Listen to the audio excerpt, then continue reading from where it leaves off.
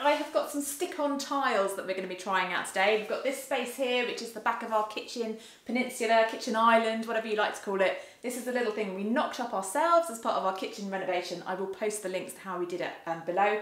But the issue we've had with it is it's a bit bland, it's not the nicest material, so it doesn't look great. We needed to bring it to life, and we thought a quick, cheap, easy, hopefully, way of doing this is with these stick-on tiles. I found these on Etsy. They're an Art Deco design, quite nice. There's a few out there. The first few samples I ordered weren't really up to much, but I think these are going to look okay. So stick around and see how we get on.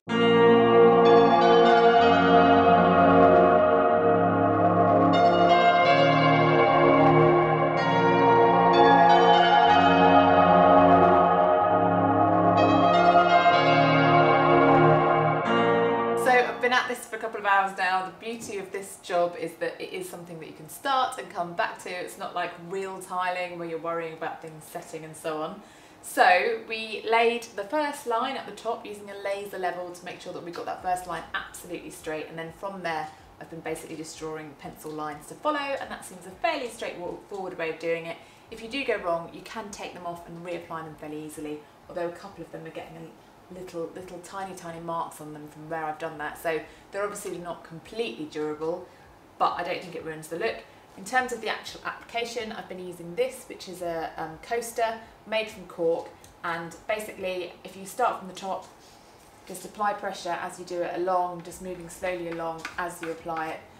It seems to really do a really good job of not creating any bubbles, so really happy with that. Hopefully just a couple of more hours now and then we'll be done.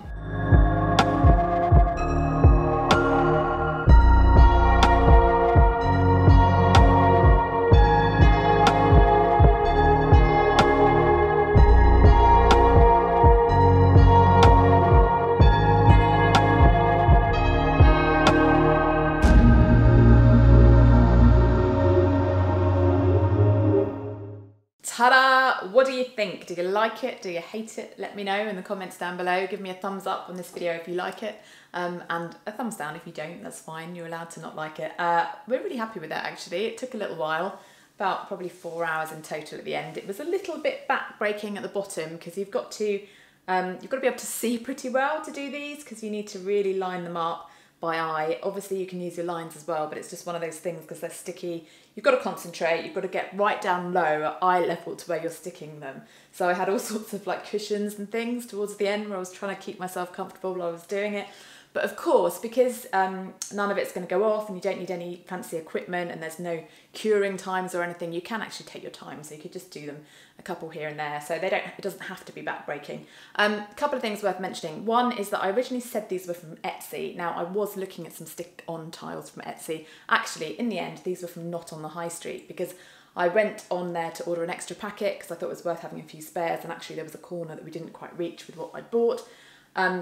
And when they show these online and on the shops, they tend to have them laid out flush so they don't create this grout line in between. Now, I think that's perfect and looks really great for something like a feature wall, and some of the designs work quite well like that. But for us here, we thought it would be a bit too overpowering because we wanted more of a tiled effect.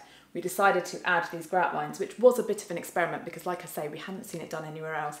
I think it works well. I like reintroducing the white because we've got quite a white, bright kitchen. So I'm happy with it, but you may want to think about what works for you if you're going to have a go at this. The other thing to say is that make sure your surface is completely clean before you start, because any tiny little bit of debris on the surface will show up and you'll end up getting like the bubbles. And we've still got a couple here and there anyway. They are quite difficult to avoid. That's why it's worth having some spares. If any of them really annoy us, in the end we can always replace them.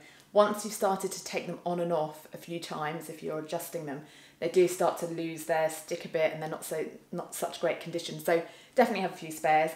But overall, as a job, super easy, no major expensive equipment required, just patience really. So it is a cheap, easy way to update your home, and I'm really happy with it. I'm now looking around our house for other places I can stick things on, so watch this space.